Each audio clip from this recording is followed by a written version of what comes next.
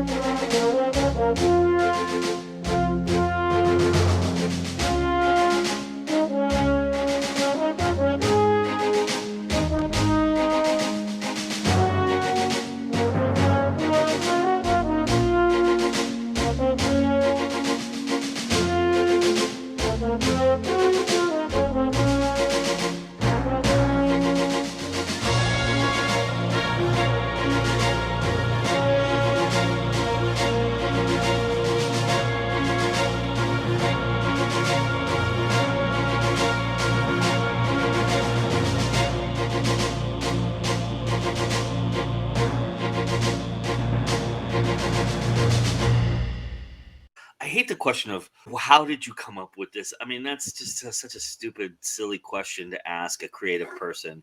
You're creative, you wanted to do something, but I am curious about the development of it and putting it together, and how it all came about for you. Was this a passion project that you've been holding on to? Was this something that you really just came to you quickly and you feel like you could get it done? Where was the approach and the idea of making this movie for you? I had actually written this as just a one-act play a few years ago. Oh, neat. And so there's a little bit of like, what's the idea behind the basic story and where did that come from? But I'd written it, and I didn't know exactly what to do with it. And then in the last couple of years, I have a son who's deaf, and that's totally changed my life and opened my eyes to all sorts of different things. But that's something where I thought, this story, this play, this screenplay that I'd always really liked, I thought, why not take this and do something really interesting with it? So a story that I already felt really good about, but when I found out my son was deaf, sort of immersed myself in all sorts of books and films and all sorts of things to figure out, my path through this. And, deaf children, 90% of deaf children are born to hearing parents. So it's a kind of a common experience of suddenly having your eyes open to what it means to be deaf, or what it means to have a deaf child. And what I found was there's lots of great work out there for, about the deaf experience, about people's own experiences being deaf. But there aren't that many stories that are told that just happen to involve deaf characters, or that just happen to be in silent. It's like, why does everything have to be always about that, what it's like to be deaf, what it's like to be, and oftentimes it's, what is it like to be the hearing person encountering deaf people? Right. But to me, that was just something that sort of opened my eyes. Why not tell a story that could be about anybody, but have it be deaf actors playing deaf characters, be in sign language? I don't think there are that many examples of this out there. I'm curious, when you approached the actors to be involved in this project, and I'm sure they ate up the script and were like real excited. But what did they provide for you that you didn't think of or didn't have going into filming this? The actors seem to respond to the script. I mean, and I think they like the idea of having, characters that, could go dark or go to different places than they sometimes get the chance to. On one hand, just plain as actors, I think this story it's an emotional story. There's a lot going on a couple different levels. And I think these actors, just like other actors I've worked with, great actors, they really got there with the characters. Really, you're seeing that emotion underneath the surface. That's especially in a short film. We're not getting all the details. We're not following them over a long period of time, but you can Right. still feel in their performance, I think, what's happened before and what's going on inside of them. But also specifically with them signing, with the film being in sign language, there's a real visual nature of sign language. It's not just the hands, it's the whole body. And that's something that I'm learning sign language. I wouldn't call myself fluent by any means yet. But that's a wonderful thing about sign language, that it is just this very expressive, very visual language. And that's something that I think if you give deaf actors a chance to really act, you'll see their performance is something that no hearing person could do, or no person could do just in English, because the signing is just so visual, and I think that adds so much to a film.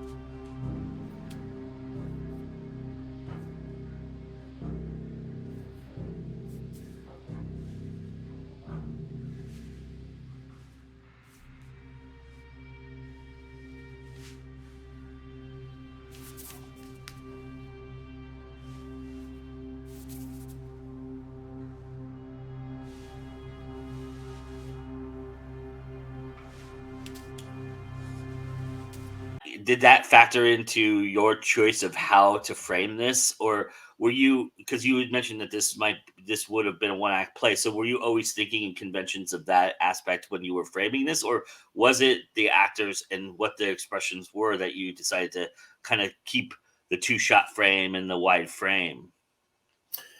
Yeah. So, I mean, it was written definitely as one location. So, Yeah. that was from the beginning. In terms of how the picture is framed, that really is a function of capturing the signing. And I wanted to make sure that the signing is actually there on screen, which really is wildly different from how films are normally made. If you think about it, you can't, well, we talk about J cuts and L cuts where you're hearing the person but not seeing them, or vice versa. You can't do that if you need to be watching their hands. And so you always we always need to have the camera on the person talking, which also means if you're going to a reaction shot, you need to finish what the person says, then go to a reaction shot. You can't intercut.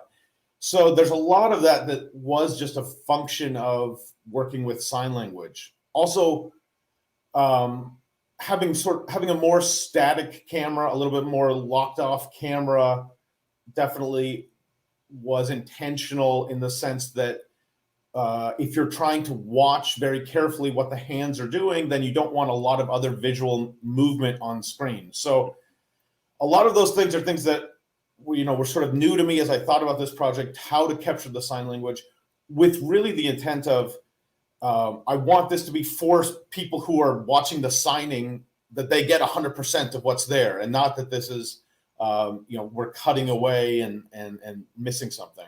Obviously, having Daniel Durant in this film, what his experience lent to this project for you? I think he is just such a talented actor and very experienced when it comes to a film set, when it comes to working with other actors, working with a crew. We had an interpreter on set, but there are conversations going on that a deaf person is not necessarily following everything, even though of course we would be having an interpreter if we were directly talking to somebody. But his experience, I think, just added so much to the set in general, just added so much to the production.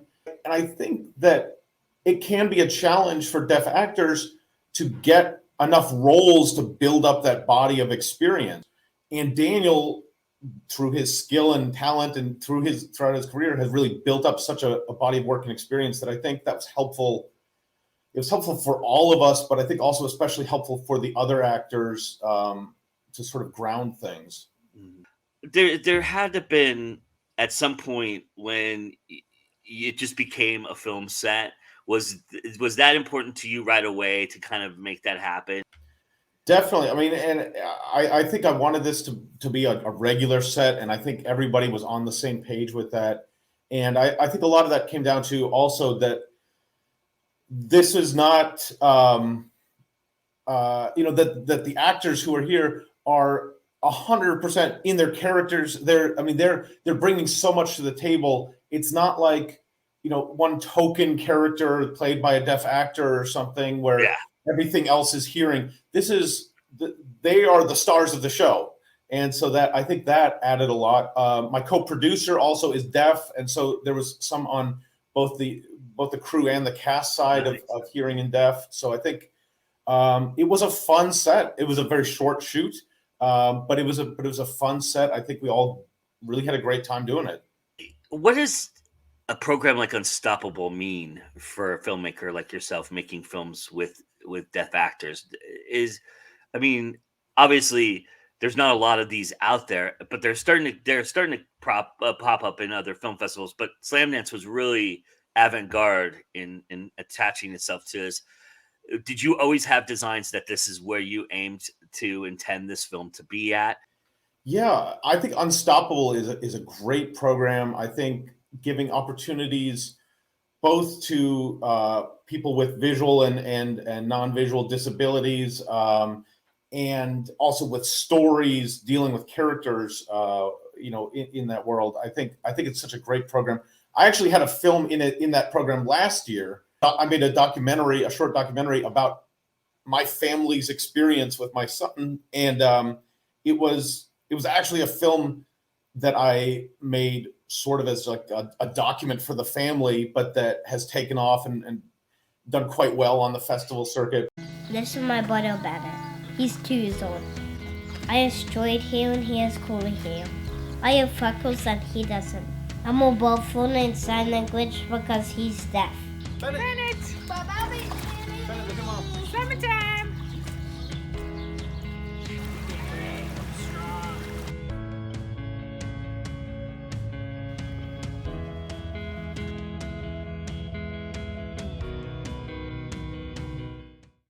It's something that a lot of people responded to and really connected with. And that was my first exposure to Unstoppable. And with Millstone, I think it's another thing where I hope that this plays a lot of different festivals. I hope it plays a lot of places where, there isn't any focus on disability or any focus on, anything that this is anything other than just a narrative, other than a story. If people can get into slam dance because they're working with, because they're a disabled filmmaker and they're getting more exposure because they're not disabled, but they're working with disabled collaborators, telling certain stories. I think that's a great thing to align, their own self-interest with with doing something really positive. What do you love about independent film? What is it about independent film that really gets you going? So with independent film, I love that you can push the envelope in different ways. And sometimes that means really edgy content, really extreme content. Sometimes that means telling the kinds of stories or to audiences where it just wouldn't sustain a film if you needed to do it and make back $200 million. But if you can make something small and get it out to an audience that is receptive to that, I think that's really exciting. With a film entirely in sign language, I think that's going to limit your audience in some ways. But I think at the same time, I like the idea of super serving the audience that's really interested in that. And I think being able to be a little more flexible, a little bit more, have a little bit more freedom to pursue different approaches to filmmaking, because you're not getting rich at it, but you're also not spending the money with the same level of investors that you would with with a bigger film. To me, that's a really exciting thing about independent film.